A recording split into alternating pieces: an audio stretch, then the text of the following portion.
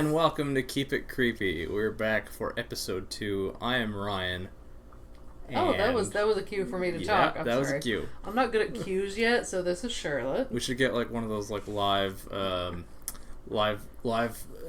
taped television shows with the like clap now signs. Pal, I'm telling you, if you want to hold up cue cards for me to make this go more efficiently, by all means. Anyway, we're back. Keep It Creepy, episode 2. We're actually going to get into specific movies from now on, aside from the intro episode where we just kind of went into our backgrounds a little bit. From here on out, we're taking down a movie at a time. And to kick things off, I couldn't think of a better movie to start this whole thing off with than The Exorcist.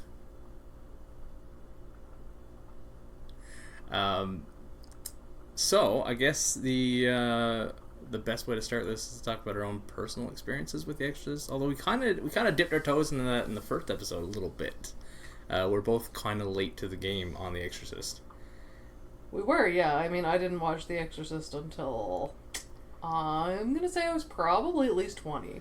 Yeah, I feel the same way. Like, it was one of those movies I always kind of knew, and it kind of like it seeped itself into pop culture to an extent that like I knew a lot of scenes that were coming. Well, yeah, I mean, The Exorcist is not to be ignored. I mean, I'm sure there are plenty of... I mean, I can't say listeners. I assume you wouldn't be a listener if you didn't like horror. But Yeah. I'm sure there are plenty of people out there who aren't horror fans at all who are still quite familiar with The Exorcist to an extent. I mean, it's an iconic movie regardless. I mean, everybody knows the head spin scene. Everybody knows the head spin vomiting nonsense. Yeah, the vomit, absolutely. Even the just the scene that introduces Father Merrin, just that priest introduction scene somehow has seeped itself in. Is there anyone on Earth who doesn't... Well, yeah, that's a bold statement, but is there anyone who doesn't know the power of Christ compels you? Exactly, I mean, right? my God. Yeah, like, it is a very iconic movie. So, while we were both late to watching it, we've known it, I would say, since the age of maybe even, like... I'm going to say 7 or 8, something like that. Oh, definitely. But, like, I'm not sad that I was late to watch it. I feel like I wouldn't have appreciated that one. No, me Like, either. when I started watching horror movies at, like, 14, I don't feel that I would have appreciated The Exorcist the way I do now. Yeah, no, I agree with that because, well, I think we can both agree that given our ages, when we first started getting into horror in our mid to late teens, in the 2000s, it was... how much can you cut up a human body on screen? Like, you know, we need some new metal playing. We need some industrial metal type of music. If I wasn't listening to Linkin Park, I wasn't listening to anything. Exactly, right? And every horror movie, well, not every, but 99% of the horror movies that came out at that time were industrial metal and as many cut up gory body parts as possible. Absolutely. So, I think you're just making up statistics as you go along. Oh, absolutely. I don't mean to call you out on that, but... You know what? I'm not using any actual surveys here, but if my number of 99% is off at all, I'll be shocked. We should put a little disclaimer at the beginning of every episode saying, please do not cite our statistics. No, we did not actually poll anybody. No. Or research. Well, I mean, I can't say we didn't research. We certainly didn't to that extent. Anyway. No. So, The Exorcist. Let's dip into the history a little bit. Also, I want to apologize. If you can hear me over here like a mouth breather, my allergies are really acting up. It's bad. There are certain variables that may play into this episode. Well, for starters, Bana has been she's not happy about this. It's an ordeal for her to have to be quiet. Yeah. As she's snoring directly under the table again, so expect a bit of that. And additionally, I'm over here being a mouth breather because my nose is just allergy central. And on top of that...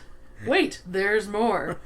There's beans boiling on the stove because I'm making vegan baked beans because that's something I like to do in my free time.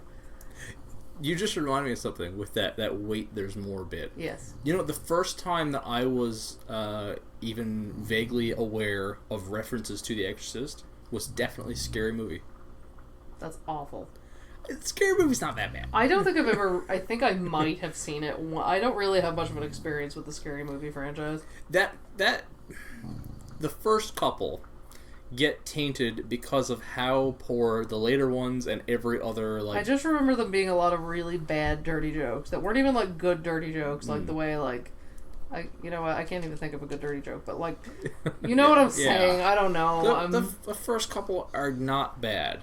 It's just that when you think of the scary movie franchise, you think of everything else, like disaster movie. And okay, but I remember seeing one that literally had a Brokeback Mountain mockery, and how is that even a scary movie? That's the point where it really took the downturn. Oh, that's the tipping off. Yeah, point. I don't know if that was 3 or 4 or whatever it was. Regardless. Yeah, no. That first 2, I'll stand behind. So I feel like we're not doing justice to The Exorcist right now, having spent this much time talking about a scary movie in the same episode. I think we ought to go back. Okay, so The Exorcist was released on December 26th, 1973. I think it's really cool that it came out on Boxing Day. I didn't realize that. That's amazing for starters. Like, that would have been the best Christmas gift ever. I can't imagine how delightful to see how for when we lived in a city and we used to actually go to movies on Christmas Day. Yeah. What better movie, honestly? I mean, we would always... I'm not saying we settled. I mean, we've seen The Hobbit and it was pretty good, but... Well, yeah. I mean, we never got to see classic horror. We never got to see horror at all. It's not a time of release for horror movies. It's not, but it should be. Unless it's like Krampus or something. Let's bring that back. I want more of that. Yeah, there's another Christmas one coming out this year. They're remaking Black Christmas once again. I haven't seen any of them yet. So anyway. I saw the first remake. I've never seen the original. That's something we should cover as a Christmas episode. Fair enough. So 1973, it's based on the 1971 novel by William Peter Blatty. Which I started to read. I also started as soon as, like, in the preparation of this episode, I started it and I got sidetracked by comics. I didn't even know you started it in preparation for this episode, but I started it, oh my gosh, a couple of years ago, I think. And I mean, it's no offense to his writing. It's certainly not his fault. I didn't continue to read it. I went through a bit of a dry spell reading novels, and I think that was just above what my IQ was at the time. Which, again, it's just self-deprecating. I really just wasn't in the mood to read. Well, it's a horror novel, but Blatty was never a horror writer. Well, I guess that's it, right? It's what's interesting. He got... He found out about this 1949 exorcism case. The names that go around, although there's no official, like...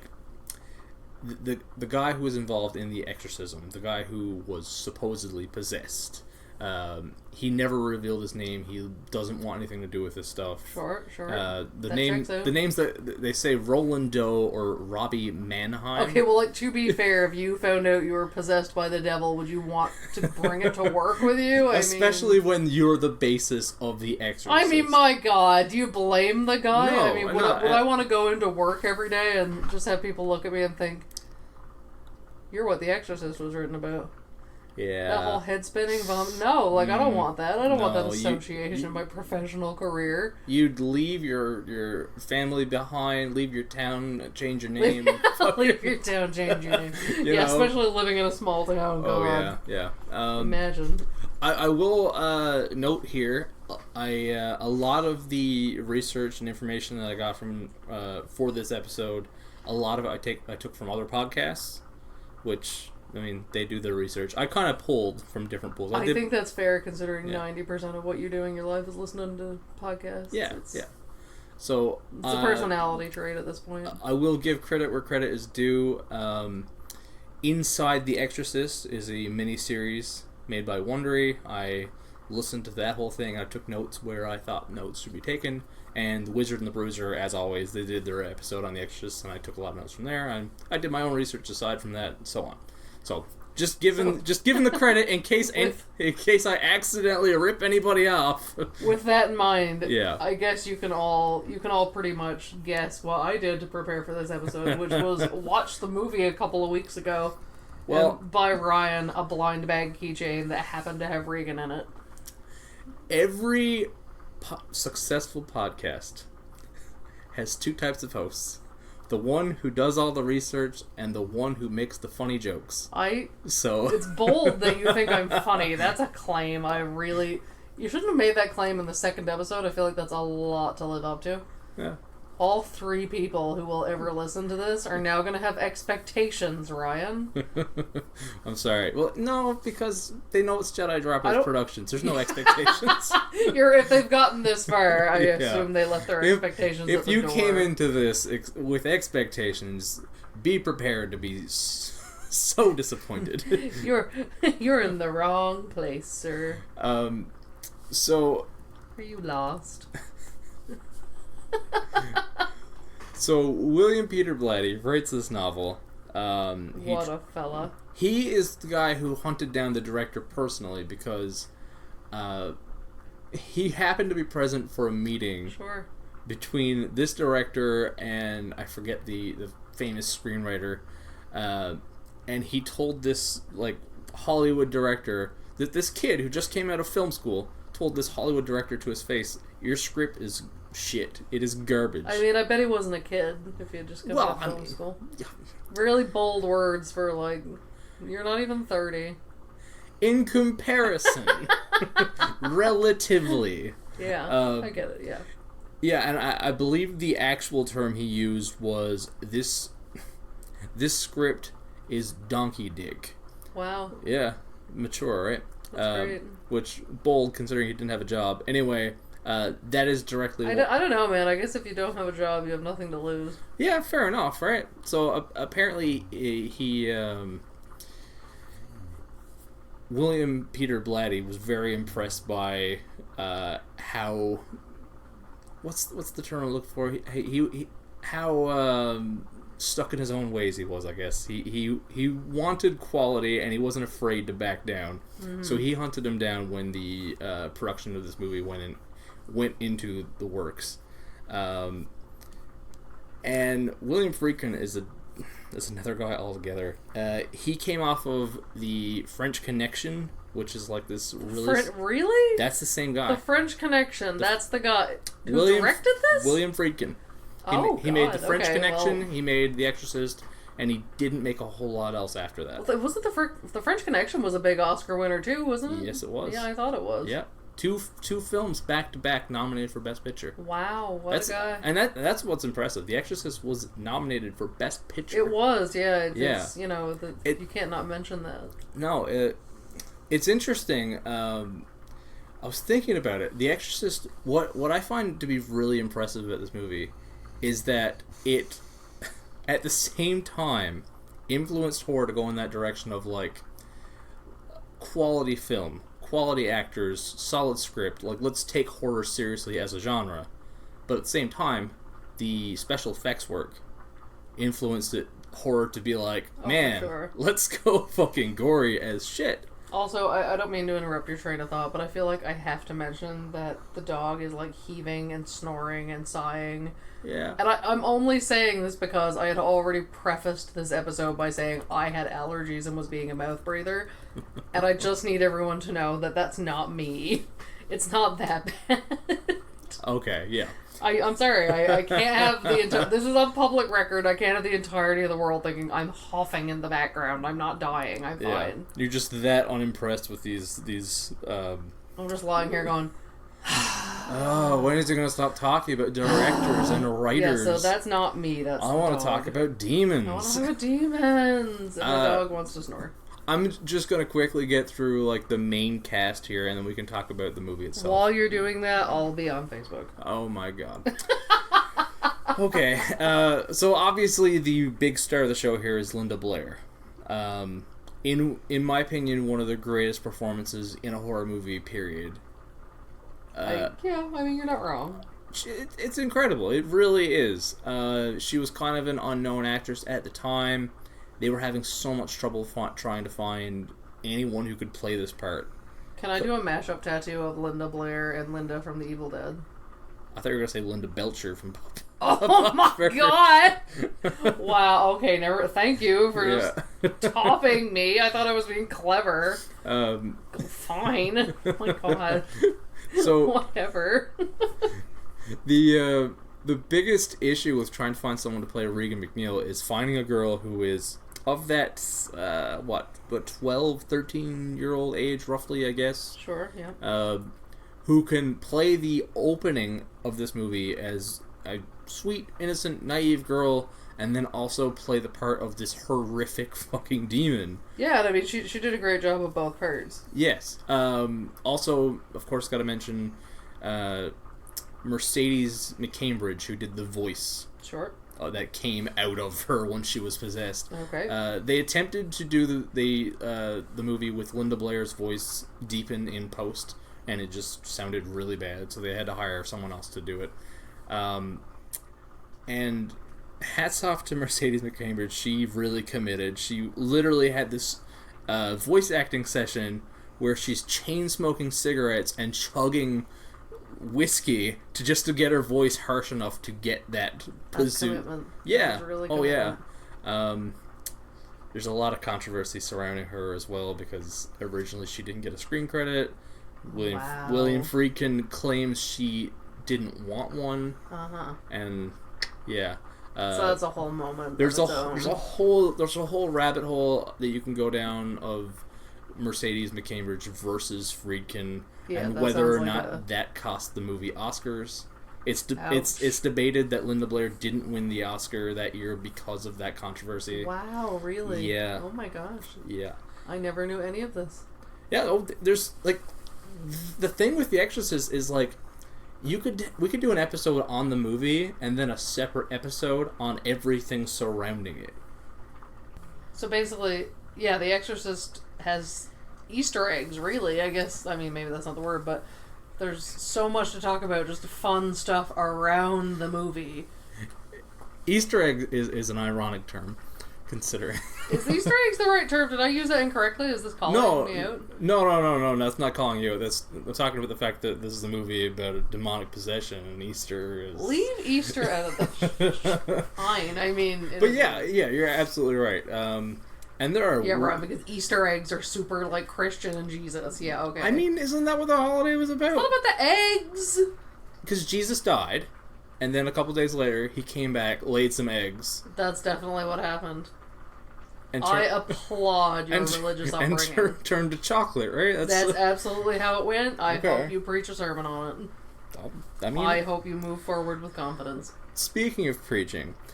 Max von Sydow plays Father... I can never get his first name. Lancaster? Father Marin. Sure. I'm just gonna... I don't have a lot to say here. He's fantastic in the movie. A very memorable performance. The studio wanted Marlon Brando, which... That would have been awful. It would have been awful. That would have been singularly awful. For a couple of reasons. I mean, because you're not getting peak Marlon Brando. You're getting, like, late stage... kind of an asshole to work with, Marlon Brando. Yeah, I mean, he was, and he really, like, he was one of those actors. Okay, full disclosure, I don't know that much about Marlon Brando. I just don't think it would have worked. No, the star power alone would have just... I know, I feel like the star power would have detracted from the movie, in a sense. And one thing people don't seem to know, I didn't know this until doing the research for this movie. I told you, when Max von Sydow plays this old priest in the movie who's roughly between 70 and 80 years old, he is in his mid-40s. That was mind-blowing to me. That, like, yes, the Regan makeup is amazing, but the makeup done on Father Marin is incredible. Well, it's underrated in a big way. A lot of people don't even know. I didn't know that. You can kind of see it when you watch... I mean, we watched it... Yeah. On our 50-inch HD TV, and yeah, you can kind of see it in 2019. Well, if you're looking for it, yeah. I mean, I wouldn't have thought to look for it if you hadn't told me. If you don't know it, you don't see it. And see, this is another reason that I think you're right in saying, or maybe I said it, maybe I'm just saying, Charlotte, this is another reason why you're right.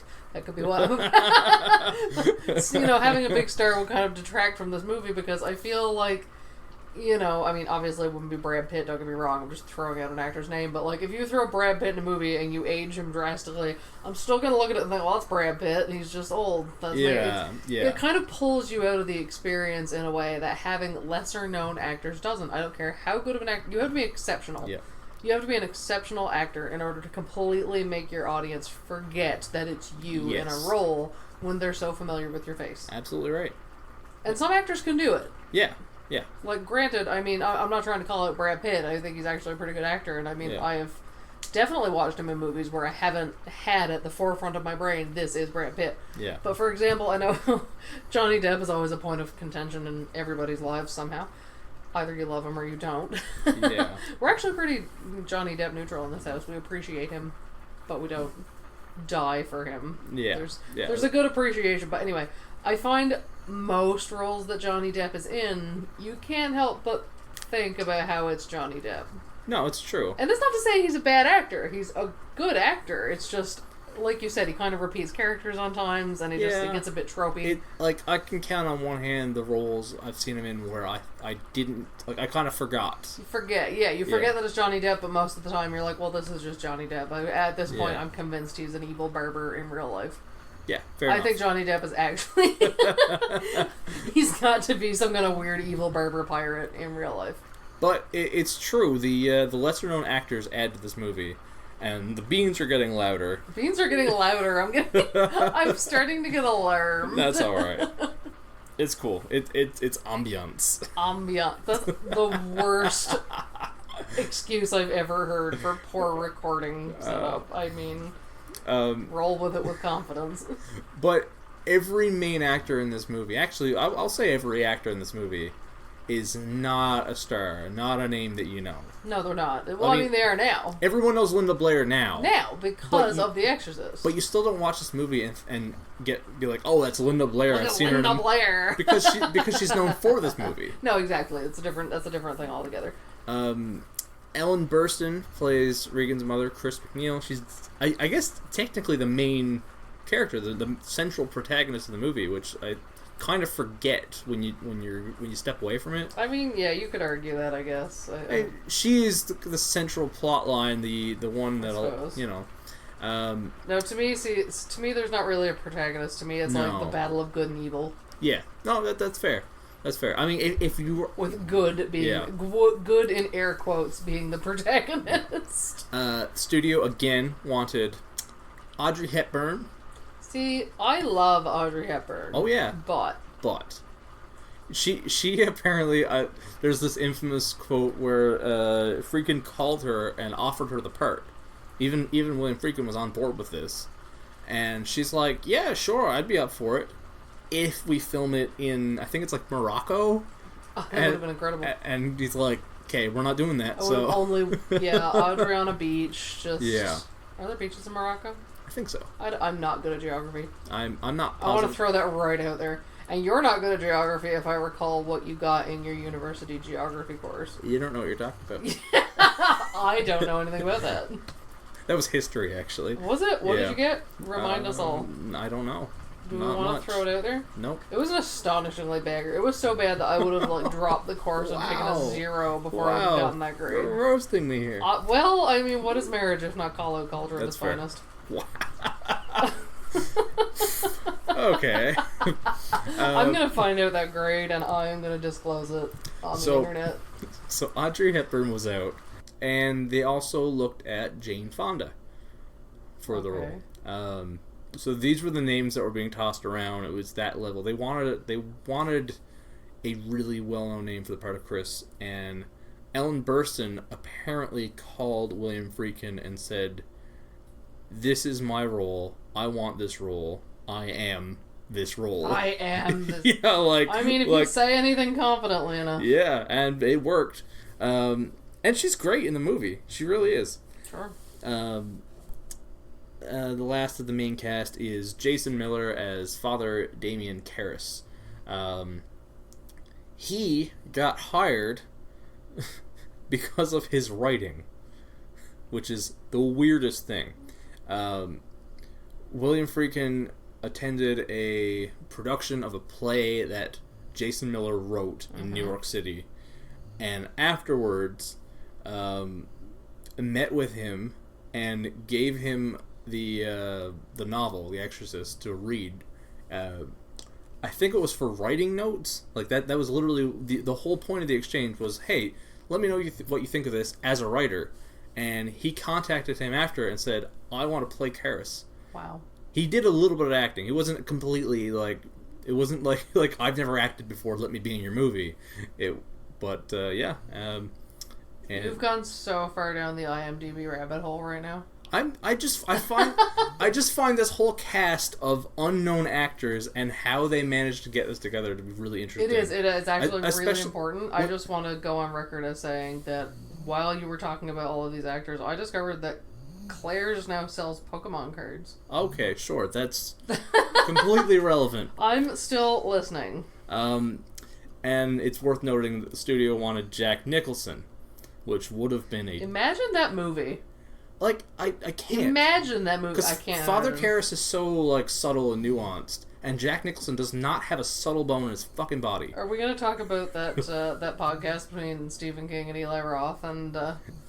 Oh, the talk about The Shining. Yeah, and how Stephen King was saying. Did we talk about this in our last episode? We mentioned the history of horror, but I don't think we mentioned Okay, specifically. yeah, well, that specific little bit about how, you know, the character of Jack Torrance was supposed to start off as a pretty normal guy and sort of descend into madness, and Stephen King was like, yeah, Jack Nicholson walks into that room and he's like, hi, Mr. Ullman. Yeah, I completely. mean, I can't do a Jack Torrance, but, like, he's unhinged. He's literally, like, unhinged from scene one. From the get-go, you're like, well, I'm concerned about him and his family. Yeah.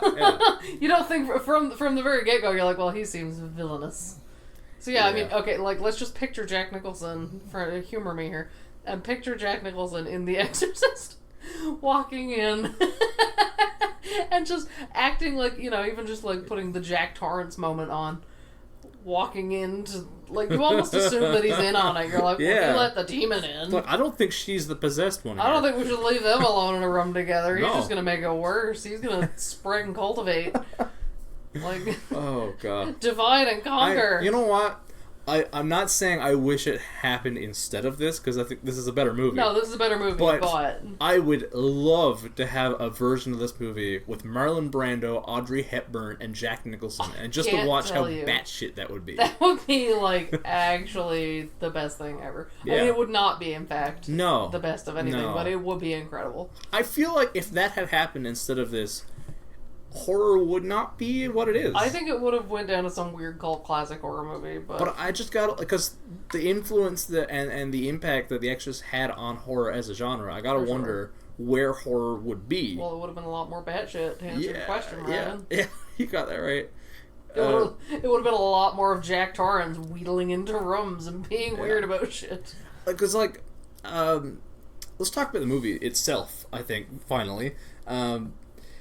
The thing that you almost forget when watching this movie is that prior to this, the scariest thing audiences had seen was probably Psycho. I think that's really important to note. It is. Because the movie is... Okay, again, you're looking at it in hindsight. We can't really compare it to things that came out recently, but in terms of jump scares and things like that, Yeah. I mean, I think it is still truly horrific, even in comparison to newer movies, but... Yeah. I mean, you're right. I mean, people hadn't seen anything like this on screen. I mean, there was nothing comparable to this. The biggest horror movies that I can think of prior to The Exorcist are Psycho, Night of the Living Dead, and maybe Rosemary's Baby. Well, and I mean, are any of those movies, like, really, truly frightening? I mean... No. Sorry, you gotta mention the Universal horror, like Frankenstein and Dracula. I know, but again... But like, no, it's a complete... It's leaps and bounds. It's leaps and bounds, exactly. It's not... It's comparing apples and oranges at that point. Yeah. You're going... Because frankly, like, Wolfman, I mean, you'd be comfortable watching Wolfman with a 10-year-old. Yeah. I can tell you immediately that I would not watch The Exorcist with a 10-year-old. No. You're going from... You're going from the scariest thing that has been seen on screen at this point is maybe the silhouette of someone with a knife through a shower curtain. Well, exactly. Jumping to someone's head swiveling 360 degrees. Yeah. And I mean, what year did you say this was? 1973. 73. To be clear, and I just fact-checked this because I don't trust my own facts without Google. Yeah. This is what 2019 has brought to us, kids. Anyway. That was before Stephen King even published Carrie. Yeah. That was before Stephen King's first novel. Who's, Yes. again, like one of the most renowned, if not the most renowned horror author of all time. Yeah. That's not just me being biased. He really No, is, I mean, you know. let's be real He's here. a household name at this point.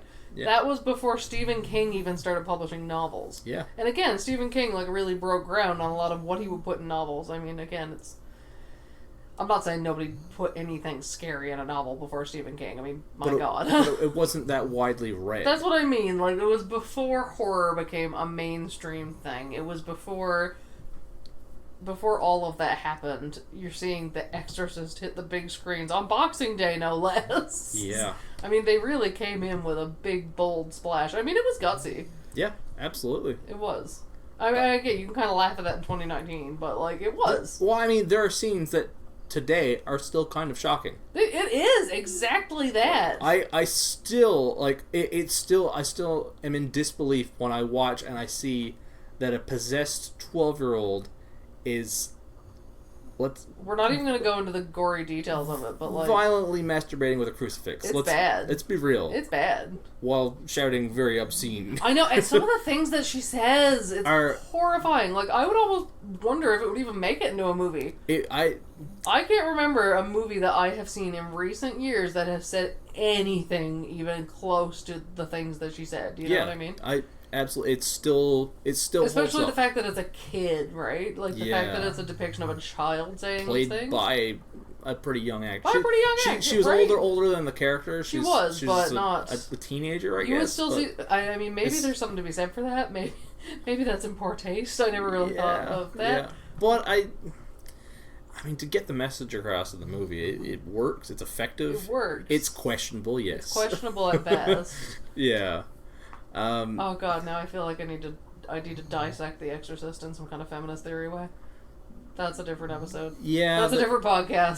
There's a route I could go on that. There are things to be said. I have moral and ethical things that I would like to make clear about The Exorcist, but I still do love that movie.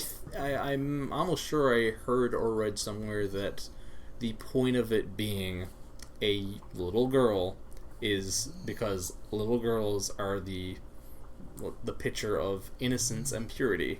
Well, yeah. And it's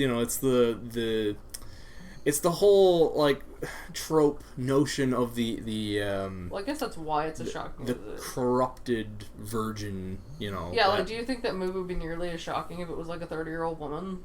No. No. Or even a little boy. It wouldn't quite be. It would still be pretty shocking if it was a little boy. Yeah, okay, fair enough. Any child to me. Yeah. Any child, any gender, it will be shocking. I think it's the youthfulness of it that's shocking. Yeah, the youthfulness. But again, right. If you put an adult in that movie, I don't think it would have had the impact. Which is not saying it's right. I'm just saying I don't think it would have been as impactful. No. I mean, if you look at even movies like The Exorcism of Emily Rose, which was an adult possessed. Don't get me wrong, I really like that movie. But I mean, that movie... I mean, I'm not going to compare it to The Exorcist. It certainly didn't go down that route, but again, it's just not as memorable in a lot of ways. Yeah, I get mean, that. the effects might have even been arguably, they probably had more to work with when it came out, but they had more. The Exorcist to work with, did a lot more with a lot less. But yeah, see that's one person I forgot to mention, Dick Smith. Dick Smith.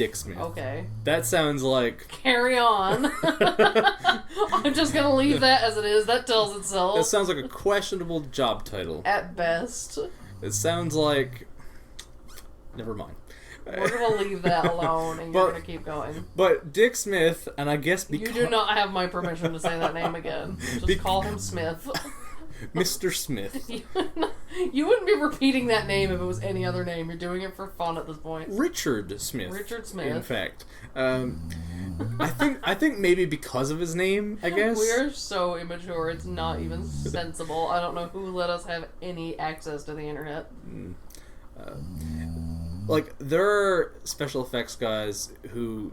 Their names are way more well-known than... his. I bet. Tom Savini. Do you think he's working really hard to get his name out there and well known? I mean, probably, but there's someone who's like, no, don't. Well, by God, I will be his one-man marketing team because I believe in him. Yeah. Rick Baker, Rob Bottin, these names, like, horror fans know these names. Dick Smith, not so much. Sorry, I said it again. Sorry. But he did such good work. Like I mentioned earlier, the Father Mary makeup, everything that he does. And like... Not just the makeup, but the levitation scene. The levitation scene is fantastic. Yeah, it is.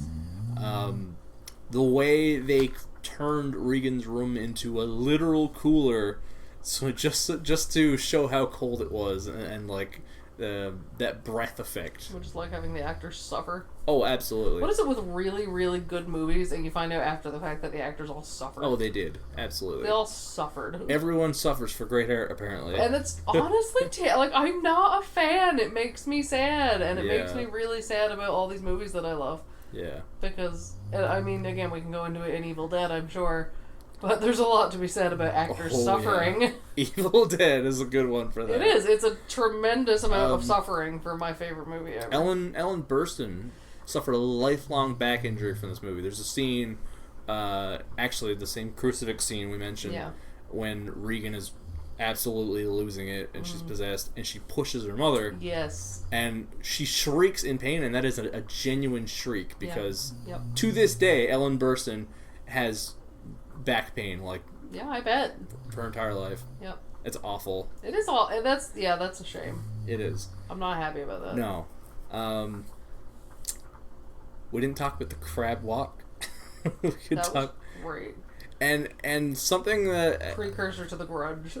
It surprisingly was not in the original cut. And I don't get that. Because why would you put all? Because obviously that scene took some amount of work. I mean, they didn't just accidentally do it. It's amazing to me that it's as well known a scene as it is, because it's one of those. It's in the list of like iconic images in the movie for sure. And it wasn't even in the original cut. It wasn't until the director's cut that came out that anyone really saw it. Wow. Which is weird because I feel like it's always been there. You say it's always been there. As if this movie's not 20 years older than either of us. Yeah, you're right. How we haven't. Okay, that's another thing I think it's important to note is really, I mean, we're coming, even though we're saying, we were late to The Exorcist at 20. Like, we were more than late. We could only ever have been late. Yeah. So everything we could possibly say. We didn't see this movie until almost 40 years after. That's what I'm saying. Like, everything we could possibly say about The Exorcist is coming from a context of people who didn't see it until, 2010 or later? Yeah. So, there's always going to be that filter, right? I feel like we'll never truly... I mean, we can speculate and we can try and appreciate, but we'll never truly experience, which makes me a little bit sad. Yeah, I know what you mean. Like, and now I feel sad inside. I know a lot of, that's something I've gotten into on Jedi Dropouts. Because obviously we talk about a lot of geeky shit, and we've discussed the idea of if you could go back in time and witness something for the first time when the world did. I know for me it would have to be some kind of movie premiere. You know what? Honestly, yeah, that would be incredible. Because what would you do though? You get out of The Exorcist and you wouldn't even be able to text James about it. Oh yeah. What would you do? You'd have to pick up your rotary phone and remember his number for starters. Yeah, good point. Let's talk about the reactions to this movie when it came out. Did people vomit?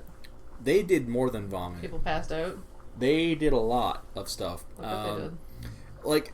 That's one of the infamous things about this movie is that people reacted so viciously to it. I want to be clear. Okay, this is something that I don't know. I mean, again, maybe I'm just being very jaded about horror movies as a horror fan, but and again, we talked about how before this movie came out, it was, it was unprecedented. No one was doing this kind of thing. It was shocking, don't get me wrong. Yeah. But before I watched The Haunting of Hill House, people were saying it was so scary that they were getting sick and had to turn it off. I mean, people are just a little bit... Do you think people overreact as well? Because, I mean, this is not the first time. I mean, overreact? No, but okay, this aside, within the past, I don't know. I mean, again, I don't really have context for the States. I feel like it wasn't that long ago. What was it was screening at a film festival and people were, fainting and passing out and couldn't watch it? That wasn't that long ago. What movie would that have been? Sounds like Hereditary. Maybe? I really don't know. We should look into that, but it wasn't that long ago. No, yeah, And people are saying they passed out and vomited and just got sick, and I'm... don't get me wrong, these movies are scary, but my God. Okay. Here's a list of documented. I don't have... I want to hear it. Go. Okay, Give me a list. And, this sounds like urban legend, but these are all actually documented reactions to the watching this movie when it came out. Mm-hmm. People vomited. Vomited so much that they had to have extra cleaning crew at most movie theaters to clean up the amount of vomit on the floor. People fainted constantly. At least one woman went into early labor because she was pregnant at this movie. And of course, most notably, someone after watching this climbed to the top of a building and set themselves on fire. Somebody watched the movie and set themselves on fire. That happened. I mean, you kind of felt like doing that after you watched 50 Shades of Grey. For a different reason, yeah. Yeah. No, I didn't feel like setting myself on fire. I felt like setting that movie on fire. By the way, I found what I was looking for, Gerald's Game. Really? Gerald's Game. People said, and I guess this wasn't a film festival, don't pay any attention to me. Okay. Yeah, people apparently, reportedly, passing out after watching, quote, this scene, which we all know is the hand degloving. Yeah. In Gerald's Game. Now, I'm sorry, if you pass out watching a hand degloving in a horror movie, I mean, I don't know why you came here in the first place. Go home. Like, granted... I'm not trying to be mean. I'm really not trying to be mean, but what do you expect? As a horror fan, I will say... That was one of the hardest to watch scenes I've seen in a horror movie in a long time. Of course, but you still know it's just you're like. Yeah, it's like too many people go into this with the like they get so sucked in that they think what they're watching is real. They do, and like I feel like horror is not for you. And again, I feel like I'm being callous and mean, but like, why are you here? You're obviously suffering. Just watch thrillers. You can't be enjoying this if you're watching The Exorcist in a movie, and you're getting to the point where you're literally throwing up. Just go home. Kick your feet up. Watch, MASH. I don't know. I'm not judging you. I'm just saying you can't be having a good time. Take care of yourself. Get a cold cloth. Go do something you like doing. I mean, anything at all. Anything but be here. I just feel like I don't know why you put yourself through that amount of suffering. Yeah. You're right. I mean, what you lit yourself on fire after? Why did you watch? I gotta think there were pre-existing issues there. I mean, my God. I mean, my reaction to not liking a movie would be like myself. Apparently, like there was a strong a sense apparently that the movie itself brought the devil. Yes. In fact, to the point where then go to church. Billy Graham, is that his name? Billy Graham. He delivered sermons about the evil of this movie. Why haven't I listened to those sermons? I don't know. That sounds like a treat. Yeah, it does actually. I mean, honest to God. But I guess that's my point, is if you firmly believe that the devil's coming out of the screen at you, then just go to church. But my God. Go to where the devil isn't. That's some amazing free marketing, right? Oh God, yes. By God, I mean, how many sermons did Billy Graham deliver to like really devout parents whose children then were like, man, I gotta see this. I gotta rebel against mom and dad right away. Yeah, and I feel like that was the thing. Like it had that reputation of everybody was talking about it. Everybody was going to see this movie. Absolutely. I feel like only two horror movies that I can think of have had that effect to the point of like it scared the world and everyone had to watch it. And in my opinion, that is The Exorcist and The Blair Witch Project. I was really hoping you were going to say Paranormal Activity. Really? No, I think no, by the world I mean like one wing of the Grenfell dormitory. Okay. You're going specific here. Yeah, one wing of my university experience where we were all alarmed, and I mean, we didn't do ourselves any favors because we're literally like on an all-girls floor and everyone was scared to death of Paranormal Activity. I'm like, wow, step forward for brave women. I mean, personally, I never found it that frightening. Ways to defy gender stereotypes. Oh, yeah, we did just an exceptional job. I mean, by God. But yeah, no, I mean, everyone was scared. But I, for some reason, it was this weird perception that it was quote-unquote real, like sort of a Blair Witch Project thing. Yeah. Which you don't get, because I don't recall Paranormal Activity claiming that at any point. Well, it didn't do this, not in the same way. Yeah. But they did have, like, actors using their real names and stuff, didn't they? They did. They did that, and they casted pretty unknown actors. They did. But I want to watch Paranormal Activity again. But, like, Blair Witch went a step further. Yeah. Where they were like, no, yeah, I mean, these people really died. They did the viral marketing. Like, it completely ruined the careers of the actors, because they were, like, attempting to make careers, and they were not allowed to even give interviews saying that, no, I'm alive. Yeah, no. Yeah. But that's episodes we're definitely going to get into. Episode. Both of those we're going to cover. Yeah, we should, maybe even a two-parter on Paranormal Activity. Maybe we could break it up a little bit. Yeah, cover some of the sequels. The only one I didn't really like that much was The Ghost Dimension. Yeah. But you know what? Love Paranormal Activity. I think it's right on. Yep, I agree. Which is the most, like, weirdly Newfie thing I will ever say. Personally, the third one. I love the third one. Is that the one with the sheet and the ghost in Yeah. the middle of the kitchen? Yeah, Yeah, that yeah. was a great, really great. Toby.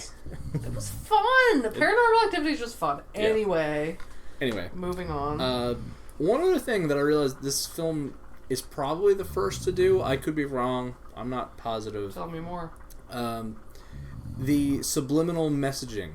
The way they... Oh, you mean the weird flashes of the creepy face? Yes. That's my favorite thing in the entire world. The way they just took that Pazuzu face, which was the original test makeup for Regan, that did not work.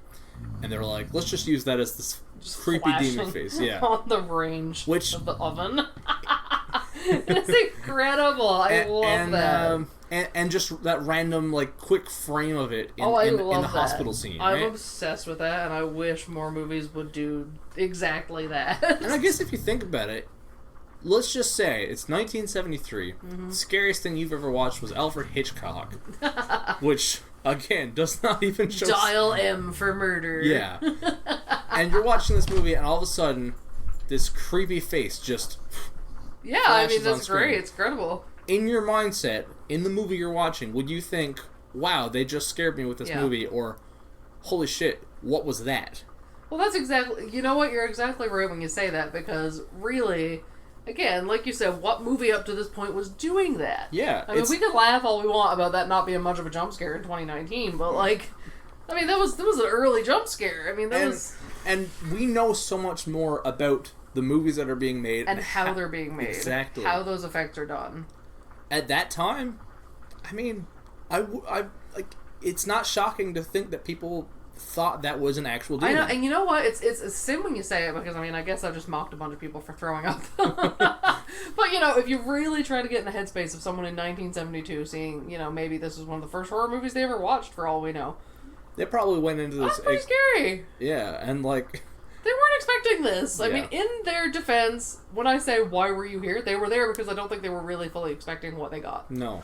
I think it was a lot more than they bargained for, not how they meant to spend their, like... No. I don't even have No a ballpark problem. for how much a movie cost in 1972.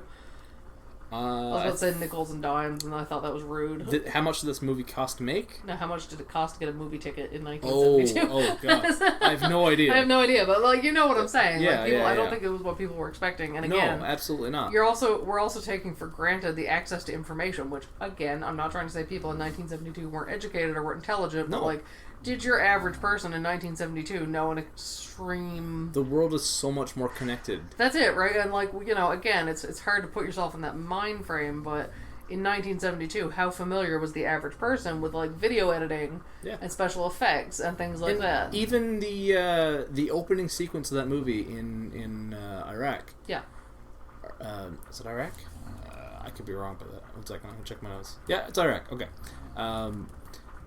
How many people watching that movie had never actually seen video of Iraq? Well, and this is it, right? Like, I mean... and it's so, like, I know it's just a simple, like, it's an old guy, he's digging up some stuff, he sees a statue, but it's so ominous. It's so, like, it's got this, like, sense of dread Absolutely. that just washes over everything, and it sets the whole movie up. It does, and again, it's... I'm just doing some quick fact-checking here. Think about the prevalence of even cable TV leading up to the 70s. I mean, there are probably a lot of homes that probably didn't even have access to cable TV. I mean, I'm not saying nobody did, of course, No. but, you know, I don't think it was... You know, the way it is now, I mean, everybody has, like, you know, 4K smart TV you can get for, like, $200. Yeah. It's not really a hot commodity anymore. Yeah. I mean, everyone has a TV, and I think we take that for granted. That access to information, the access to the internet, the access to media, our overexposure to media. I mean, it's why the bar is so high now for horror movies. Connected to the media. Well, not only are we all the connected, time. we're utterly desensitized. Yeah, we are. I mean, like, I'm literally at the point, like, we watch things like, what have we watched? We watched Green Inferno, was that? Yeah. So we watched the Green Inferno, which is very gory. I mean, any Eli Roth, really. Let's talk Yeah. about Hostel, the Green Inferno, stuff like that. I mean, I can watch that movie and eat a snack. It doesn't even, like, phase me at all. I'm literally watching someone get lopped into little bits. Yeah. And I'm like, it's just a movie. And I'm, like, shoveling back popcorn, and Yeah. it's not even a thing. But again, put yourself in 1972 when maybe you don't even have cable TV, and your expectation of a scary movie is Psycho at best. Okay, you know what? Let's take it a step further. Let's say that it's maybe Night of the Living Dead. Yeah. It's still not comparable. Not even close. I feel like we keep going back to this. Just, I guess I'm just trying to get in that headspace, but I can't help it. I guess it's kind of mind-boggling. I mean, it's impossible to, even in this day and age, if The Exorcist had to come out in this day and age, would it matter? Not to be rude. I don't mean that in... You have a point. Would it, would it be impactful? I feel like it wouldn't. Not in the same way. No, you're absolutely right. And that's another thing I think it's important to consider. I mean, in talking about The Exorcist and how impactful it was, it's kind of a shame when you think about how desensitized we are to horror. And this episode has deteriorated from The Exorcist to desensitization in horror. Yeah. I made it a little bit academic by accident, but it's kind fine. of a shame when you think about it, because think of how many really great horror novels are out there that could be adapted, and could be adapted incredibly, and they're gonna fall flat in 2019 because they just don't hit home on the audiences in the same way. Yeah. No, I think I made a point. Ding, ding, ding, ding, ding, ding, ding. Okay, let's end it. I get a cookie, gold star, everything's over, nothing else matters. That was the pen. Nothing else you say is gonna be as important as that was. So, I think the one last thing that needs to be talked about. We're talking about not just the movie, but everything surrounding the movie. Of course. Let's talk about that Exorcist curse. This friggin' Macbeth. Yeah. This movie has a lot of suspicious situations. I want to see the cast of a stage production of Macbeth put off The Exorcist and just see how many random floorboards fall out from under them. The original set that they built, which was so the house that the movie's filmed in, the exterior is actually a townhouse in wherever, I forget where. I hope it's an Airbnb. Right now? Mm-hmm. I'm not sure if it's still standing or not. Oh, well. I hope so. There go all my dreams. I'll just have to settle for that Airbnb that's a potato. So they rebuilt the entire house for their... What did you just... I was really hoping you weren't just gonna let that go. I'm like, yeah, I'm just gonna get that Airbnb that's a potato, and without skipping a beat, you just go into the next fact. Haven't you seen that Airbnb that's a potato? No. Okay, well, I'll get there if that's not relevant right now. Okay. My two dream Airbnbs are Bam Margera's house, just because it's sad, and the potato. Bam Margera's house, like from Castle Bam. It's an Airbnb? Did we not talk about this? I didn't realize that. Yeah, his mother, April Margera, literally redecorated. Oh, but it's not Castle Bam anymore. Yeah. It's the same building, though. It would be more fun if it was the skate park version. Well, that's what I said. I was like, why would you do that? Your primary market is people trying to relive their 15-year-old lives. I mean, anyway. Yeah. The potato. Okay, so the townhouse. Potato. That was an actual townhouse. Potato. They rebuilt the house as a set to use for the movie. Of course they did. It burnt down. Of course it did. Very, very early on. They completely rebuilt it. Uh-huh. A bunch of people related to the movie, I think like 6 total cast and crew members died during the making of the movie. Yep. Including Jack... Not Linda Blair. No, not... She's still alive. She's going strong. Jack McGowan, who played Burke Dennings, the eccentric director guy. Of course. And that Vasiliki, I don't know how to Okay, pronounce you're it. embarrassing yourself. I don't know her name. Move on. The old lady who played Father Karras' mother. Yes. They both died before the movie was even released. Rough. Linda Blair's grandfather died. Max von Sydow's brother died. They all during the filming of this movie. Jason Miller's 8-year-old. So the next question we have is someone who worked on this movie a serial killer or arsonist? Actually, yes. What? Yes! Oh my god, you told me. Okay. I'm sorry, I just shrieked. That's all right. Shrieked. I was like, oh my god, it all fits! So there is a legitimate serial killer in the movie. There is, yeah, actually. In the hospital scenes, when Regan is being tested, you can look it up online. There's this when you notice him, he's a little off-looking guy who's just one of the assistants. This guy's name was Paul Bateson, and he was convicted of manslaughter. He later claimed he killed like 7 or 8 men. Okay, but did he have anything to do with the other deaths? Or were they completely Not that we unrelated? know of? Not that we know of. It's I never don't know how been- they all died, so I'm That's- just kind of throwing it out there. I don't know. I don't know. Maybe it was how- a heart attack. Maybe he got. I don't really know exactly how they all died. I don't know either. Mercedes McCambridge, the voice of the demon, years after the movie, her son. This is really sad. I'm sorry to get dark here. Her son killed his wife, What? 2 children, and himself. That's horrible. Killed his entire family. Did that happen to a wrestler? Was her son a wrestler? No, her son was not Chris Benoit. Okay. That's a dark joke. I wasn't joking! I know. That wasn't me joking! I was literally Yeah. just asking. I mean, I'd like to think there aren't Yeah. multiplicities of cases where men kill themselves and their families. No. That was me being optimistic, not joking. Unfortunately not. Unfortunately, no. Okay, no. Thank you for just making me sound horrible. No, you're not the horrible one. You didn't kill your You're entire right, family. I didn't kill my wife and my family, but, Yeah. like... So, there's a lot of weird shit that happened around this movie. I don't have anything else listed, but, like, there were constant just, like, electrical issues everywhere they went, and just stuff that stopped working, and it's just one of those movies that, like, you know, it's questionable. Mm-hmm. It has a lot more going on around it than most.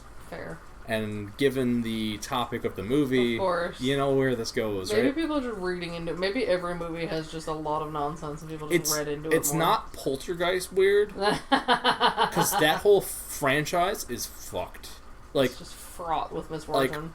if I was offered the job to remake Poltergeist, I would say no. See, the thing about Poltergeist is we ought to do a Poltergeist episode, but you'd have to make me care about Poltergeist first. Oh. Is that a low blow? I mean, it's got a fan base. I don't dislike Poltergeist. It's just, you know what? If we're gonna talk about old horror movies and, you know, all these cult classics, and you know what? It's pretty low tier for me. Okay.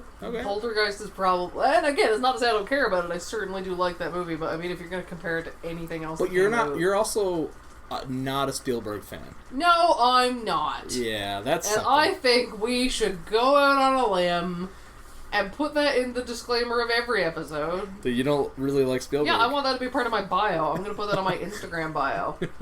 Charlotte Taylor, fuck Spielberg. I never said that. I never got rude about it. Just Yeah. I don't appreciate your artwork. I think you should retire. Was that rude? I might have been ruder. Well, Oh my god, his movies are just not great. Wow, I don't want to go down this rabbit hole of negativity right now. well, I like him. Yeah, well, I'm not going down that rabbit hole either.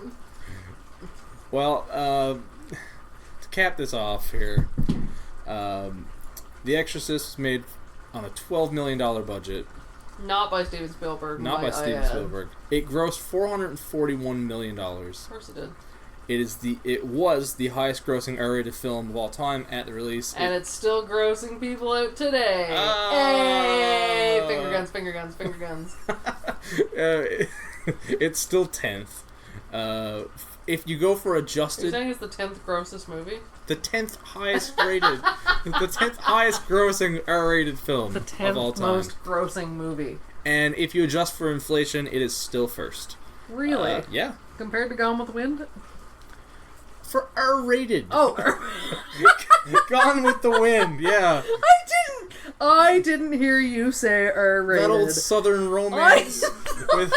You know, it should be R-rated. Like, if you just look at the horrible slavery, it probably should be true. R-rated. I'm ashamed of how many times I've watched that movie. I'm not proud of myself. I can't. I'm upset about it. Wow. You see this horrible white guilt coming out of me now that I watched Yeah. Gone with the Wind once. Where was I going with that? I didn't hear you say R-rated. I want to be clear. okay. I thought you said highest grossing movies of all time, and I always thought Gone with the Wind was way up there with inflation. Actually, at one point, this was the 4th highest grossing film of all time. That's fair. It's just, again, Yeah. it's funny now that you say Gone with the Wind is an R-rated movie. Yeah. Imagine Gone with the Wind is an R-rated movie. If you took out We should update that movie. Tarantino should remake Gone with the Wind. Yes, but he wouldn't do a good job with slavery. Nope. He would just make that worse. Nope, that's tough. He would just make that worse. The Exorcist is still... You know the best part of Quentin Tarantino is? What? He would think he was making it better. Yeah. He's a white savior at best. Yep. It is still... You say, like I'm going to offend Tarantino, like Tarantino can be offended. Yeah, good He has, point. like, plexiglass skin. He can't feel. No, you're right. I know I'm right. I wouldn't, like, I could literally say these words to his face and he'd be like, well, yeah, feet. He wouldn't be offended, but he would spend an hour telling you why you were wrong. Well, that's fine. Yeah. I mean, whatever. It is still the 9th all-time adjusted highest-grossing film. Okay, can you tell me where Gone with the Wind is on there? Adjusted? Yes. Probably 1. Oh, I thought you were looking at a list. No, I have notes here. Oh, sorry. I think we're on Wikipedia. I didn't write down where Gone with the Wind was. I can't believe you didn't make notes about Gone with the Wind comparatively to The Exorcist in your notes for this episode. Do better. Do better. I'll do better on the next one. You know what I want? I want at the end of every episode you to tack on some weird comparative fact about Gone with the Wind. Okay. Done. Okay. The film was nominated for 10 Oscars. It won 2 of them for Best Adapted Screenplay, Best Sound Mixing. It was nominated for 7 Golden Globes. It won 4 of those. I don't even know what a Golden Globe is. Is that bad? It's like a lesser Oscar. A lesser Oscar. It's like an Emmy. It's like a no-name brand Oscar. A no-name brand. The one you get at No Frills. President's Choice Oscar. Compliments Oscar. Great value Oscar. In 2010, the Library of Congress selected The Exorcist to be preserved as part of its National Film Registry for culturally, historically, or aesthetically significant. I think it was aesthetically significant. Oh, yeah. I thought you sound like you were about to make a joke there. I thought about it, but I'm not quick enough on my feet. Okay. That's all I have to say about The Exorcist. I love this movie. I feel like I have more to say about Gone with the Wind and Steven Spielberg than I did The Exorcist, but thank you for inviting me. Thank you for joining. Thank you for inviting me to the podcast that I co-host. Thank you for letting me be a part of this. Yeah. Letting you sit in on it. I feel like we're Garfield and Odie, and I am Odie. You're an enthusiastic Garfield, and I am an unprepared Odie. I think I'm too enthusiastic to be Garfield. You probably are. Maybe you're John. I think this is reversed. Maybe. Yeah, that makes more sense. I'm not very good at comparisons today. I'm just here, like, being super enthusiastic, and you're like, lasagna. Mondays. It is a Monday, and I would love to have lasagna. You know what? To bring it back to the Golden Globes and the Oscars, Golden Globes are to Oscars what Heathcliff is to Garfield. Okay, Heathcliff, for starters, is high-quality, top-tier material. And is he though? Yeah, did you read Heathcliff? A little bit. A little bit doesn't count, my friend. It's a little weak. It's not weak. You watch wrestling. Whatever. I don't care about anything you say about anything. I'm glad we covered The Exorcist. I'm glad we covered Steven Spielberg, Heathcliff, and Gone with the Wind. Really happy that those topics came up in conversation. I had something else to say about this. Make sure to tune into our, Texas Chainsaw Did you know Massacre. Jim Davis had a cameo in The Exorcist? That's not true. That's true. It's not true. It's absolutely true. You're Google making it. this up. I'm not making it up. You're making this up off Google the top of your head. I'm not Googling that. Well, maybe our viewers will Google it and prove you wrong. Yeah. And if it doesn't exist, that's just how good his cameo was. It was unreported. Unreported? I'm the only one who knows about it. I'm Jim Davis's friend. Are you? Somehow. Okay. Make sure you tune in to our next episode for all this great content.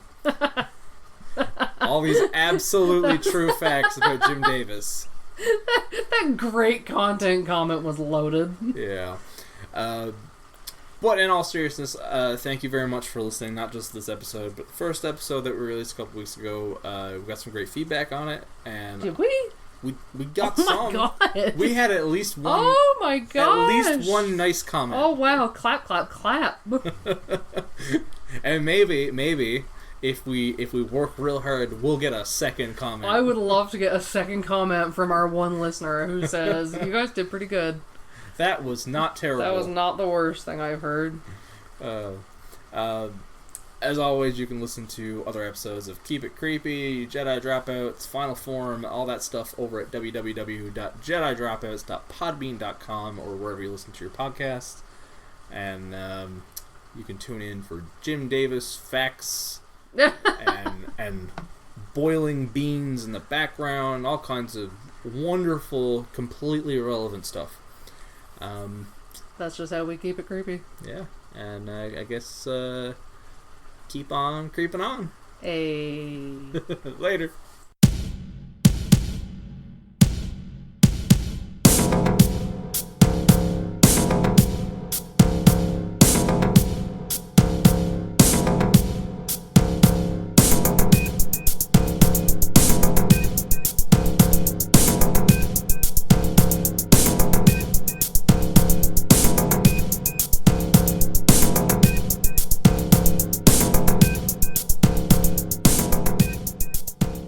This has been a Jedi Dropouts production.